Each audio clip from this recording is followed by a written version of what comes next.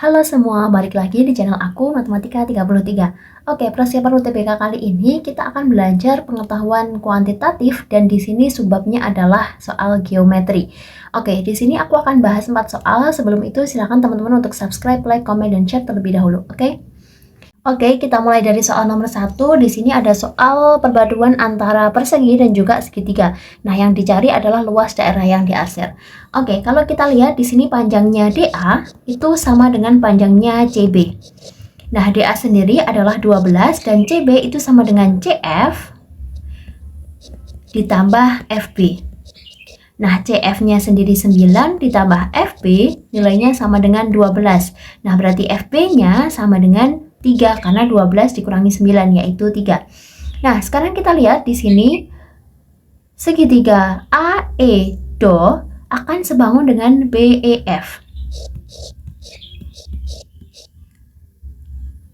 Jadi di sini AED itu akan sebangun dengan BEF. Kenapa demikian? Karena di sini sudut B-nya siku-siku, kemudian DAE, A-nya juga siku-siku. Nah, karena DA itu sejajar dengan CB, berarti sudut BFE, sudut yang di sini, dia pasti akan sama dengan sudut ADE, sudut yang di sini. Nah, sehingga kalau misalkan kita masukin panjang sisinya, berarti panjangnya DA itu 12, kemudian panjangnya FB adalah 12 kurangi 9, atau tadi kita hitung nilainya 3. Nah, misalkan BE itu X, berarti panjangnya AE yaitu 12 plus X. Nah, ini BE-nya tetap X. Kemudian, karena dia segitiganya sebangun, berarti DA banding AE akan sama dengan FB banding BE. Kalau kita masukin angkanya, berarti DA-nya adalah 12 banding 12 plus X, itu akan sama dengan 3 per X. Kalau kita kalikan silang, berarti 12X sama dengan 3 dalam kurung 12 plus X. Berarti 12X sama dengan 36 ditambah 3X. Kalau aku pindah ruas ke sisi kiri yang ada X-nya, berarti di sini 9X sama dengan 36, berarti X-nya sama dengan 4. Nah, berarti luas daerah yang diarsir, luasnya adalah alas kali tinggi bagi 2, karena dia bentuknya segitiga. Nah, alasnya tadi 4, karena dia X, kemudian tingginya yaitu 3 dibagi 2. Sehingga hasil akhirnya adalah, ini 2-nya boleh kita coret bagi 2, 1, 4 bagi 2, nilainya 2. Sehingga hasilnya 2 kali 3 atau 6. Oke, kita lanjutin ke soal berikutnya. Di sini ada segitiga ABC, di mana AB itu sama dengan BC, kemudian panjangnya AB 10, berarti BC-nya juga 10.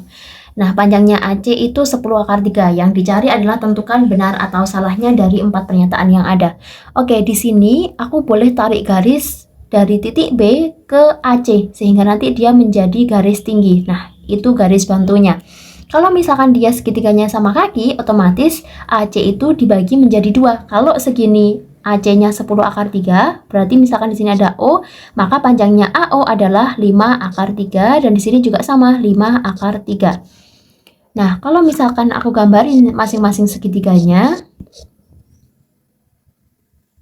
berarti di sini O, A, B akan sama dengan O, C, B. Nah, panjangnya BO belum diketahui, kemudian panjangnya AO ialah 5 akar 3. Panjangnya BA adalah 10.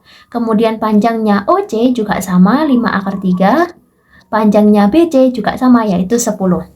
Nah, kalau misalkan kita melihat di sini, sisinya adalah 5 akar 3 dan 10. Nah, di sini ada aturan sudut, misalkan sudutnya adalah 30 derajat banding 60 derajat banding 90 derajat, maka perbandingan sisinya adalah 1 banding akar 3 banding 2. Nah, kalau kita lihat di sini, sisi miringnya adalah 10. Nah, sisi miring itu depannya sudut 90 derajat, berarti depannya angka 2 ini harusnya 10. Berarti kalau misalkan harusnya 10, di sini sudah ada 2. Di sini dikalikan 5. Sehingga masing-masingnya adalah 5 banding 5 akar 3 banding 10. Nah, kalau 5 akar 3-nya sudah ada, 10-nya juga sudah ada, berarti panjangnya yang lain adalah 5. Sehingga di sini 5, ini juga sama, yaitu 5. Oke, kita lanjutin. Yang pertama, cos sudut A sama dengan 2 sin sudut C. Oke, kalau kita lihat cos sudut A, cos itu rumusnya adalah samping dibagi miring. Sampingnya sudut A adalah 5 akar 3, miringnya adalah 10. Berarti kalau dihitung nilainya sama dengan setengah akar 3. Sedangkan 2 kali sin sudut C berarti 2 kali depan dibagi miring. Berarti 2 kali depannya sudut C adalah 5. Miringnya 10. Berarti kalau kita hitung hasilnya 10/10 atau nilainya sama dengan 1. Apakah setengah akar 3 sama dengan 1? Tentu tidak. Sehingga yang pertama itu nilainya salah. Kemudian kita hitung yang kedua. Sin sudut A sama dengan setengah. Sin sudut A berarti depan dibagi miring. Depannya sudut A itu 5. Miringnya 10, berarti di sini setengah. Berarti yang kedua ini benar. Kemudian yang ketiga, cos sudut C nilainya sama dengan setengah. Nah, kita cek. Cos sudut C berarti cos kan samping dibagi miring. Sampingnya sudut C yaitu 5 akar 3, miringnya 10. Berarti kalau kita hitung hasilnya setengah akar 3. Berarti yang opsi 3 itu salah. Kemudian yang terakhir, tan sudut A ditambah sudut C, ini sudutnya gabung ya. Tan sudut A tambah sudut C nilainya akar 3. Nah, apakah benar? Oke, keempat, berarti tan sudut A-nya di sini kita tahu depannya itu 5, berarti 5 itu depannya sudut 30 derajat, sehingga di sini nilainya 30 derajat. Otomatis di sini juga sama, yaitu 30 derajat. Berarti di sini tan 30 derajat ditambah 30 derajat. Atau akan sama dengan tan 60 derajat. Tan 60 derajat sendiri nilainya adalah akar 3. Berarti opsi yang keempat itu benar.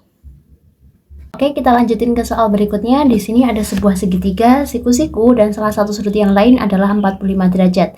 Nah, sehingga kalau misalkan kita hitung sudut dari QPR itu akan sama dengan 180 dikurangi 90 dikurangi 45 derajat. Atau hasilnya adalah 45 derajat. Berarti di sini nilainya 45 derajat. Nah, karena sama-sama 45 derajat, berarti di sini segitiganya adalah siku-siku sama kaki. Kalau di sini setengah, otomatis ini juga sama, yaitu setengah. Nah, kalau bentuknya sudut siku-siku, ini setengah, pasti di sini nilainya adalah setengah akar 2. Jadi, kalau misalkan ada sudut 45 derajat banding 45 derajat banding 90 derajat, perbandingan sisinya itu pasti 1 banding 1 banding akar 2. Jadi yang depannya 90 derajat tinggal nambahin aja akar 2. Sehingga di sini tinggal nambahin akar 2 jadinya setengah akar 2.